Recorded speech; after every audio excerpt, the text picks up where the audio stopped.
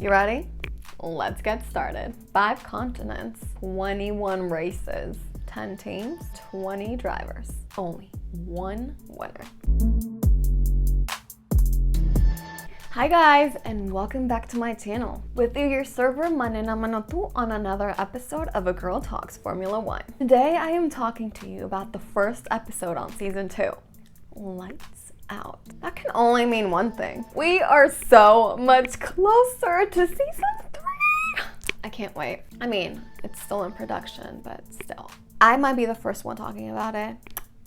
Anyway, so today it's a whole introduction to the new season 2019. A lot of the teams changed their drivers. A lot of the teams changed their team principal. There's only one thing that remains. You know the drill. 5 continents, 21 races, 10 teams, 20 drivers, only one winner. You ready? Let's get started. So the first thing you see starting this season is Mattia Binotto. He basically opens the season. He is a team principal for Scuderia Ferrari.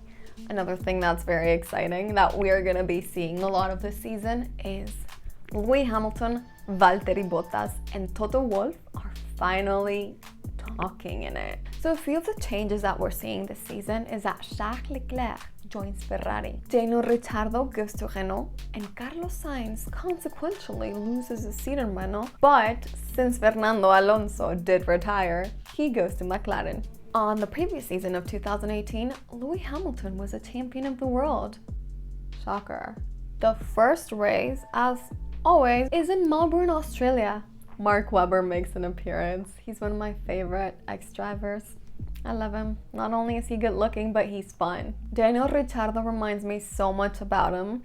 They're both party animals and they know how to have a good time. Plus, they're Australian and the charming, mate. Did I get the accent right? I can't wait to see more of Toto Wolff this season too. He's my crush. Just don't tell him. Anyway, so Christian Horner is still in Red Bull, obviously. This is the 15th year, or season as he says it, leading the team.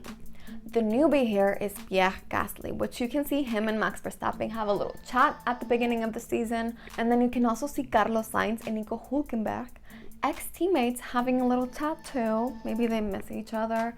And Nico gives a warm welcome to Lando Norris to the Formula 1. Sebastian Vettel is another driver we're going to be seeing a lot this season.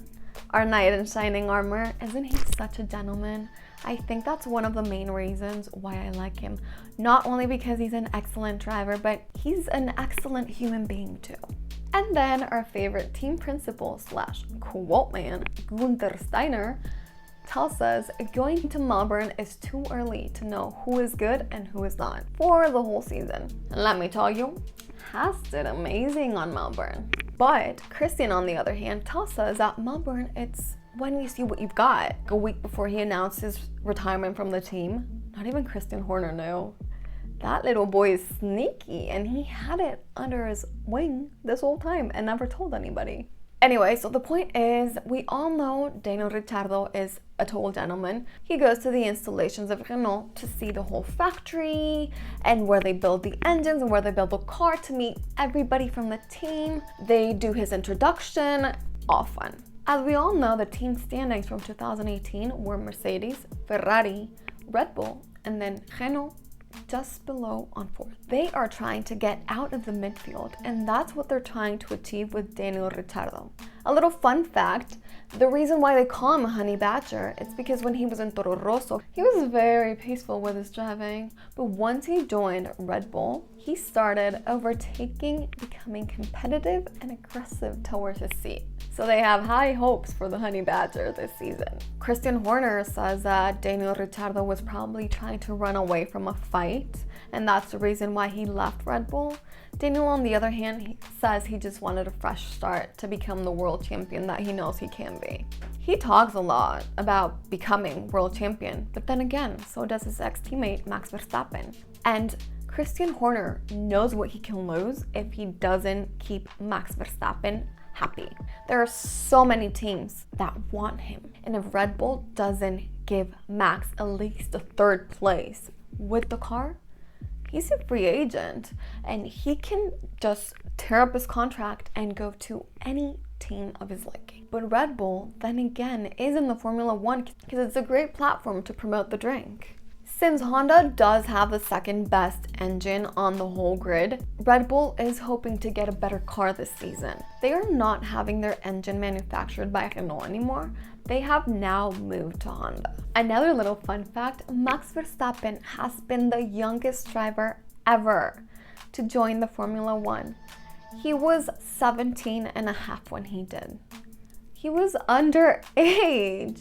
You'd be surprised to know how many seasons he's been in the Formula One. He's probably been more seasons than a lot of older drivers. Anyway, going back to Melbourne, Australia. Daniel Ricciardo, well, this is his home country. Everybody loves him there. Well, everybody loves him everywhere, but especially in his home country. He wants to have a clean, optimal performance with Renault to start the season.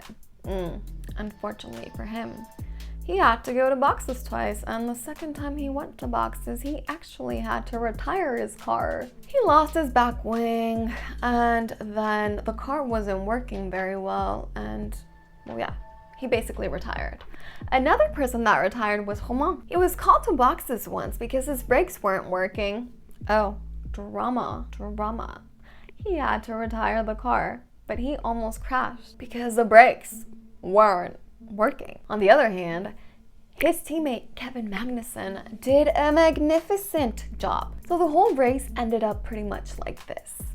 We had at the beginning Mercedes in first and second, Ferrari in third and fourth, and Red Bull with Max Verstappen in fifth. Then Max overtook Vettel in third, Valtteri won the race, and Lewis Hamilton ended up in second place. This was Max Verstappen's first pole in Australia. Then we had Ferrari in fourth and fifth, and in sixth place we had none other than one of my favorite drivers, Kevin Magnussen. Kevin, you will be very missed. Anyway, we're on season 2019, not 2021 yet. Let's not get ahead of ourselves, or shall I say, I shouldn't get ahead of myself. Anyway, woohoo for the Haas team. They were having a great start. I can't wait to see what the whole rest of the season brings to them. But like Guenther says, it's still a little bit early to know who is good and who is not. I guess we're gonna have to find out during the rest of the season. So see you guys again next week with another episode of Drive to Survive on A Girl Talks Formula One. And then our favorite team, and then